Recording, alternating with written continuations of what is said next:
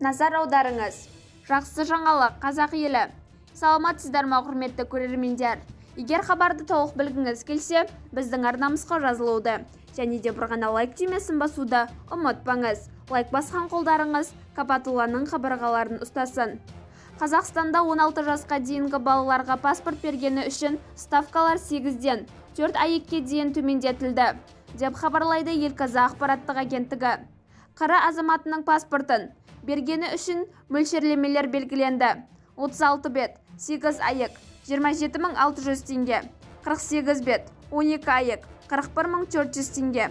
Қара азаматының жеке куәлігін бергені үшін оны бір жыл ішінде 2 реттен артық жоғалтуына байланысты айыппұл 1 АЕК 3450 теңге мөлшерінде белгіленеді. Бізді бақылауды жалғастырыңыз. Арнамызға жазылып, бір ғана лайк түймесін басуды ұмытпаңыз. Сау саламат болыңыз.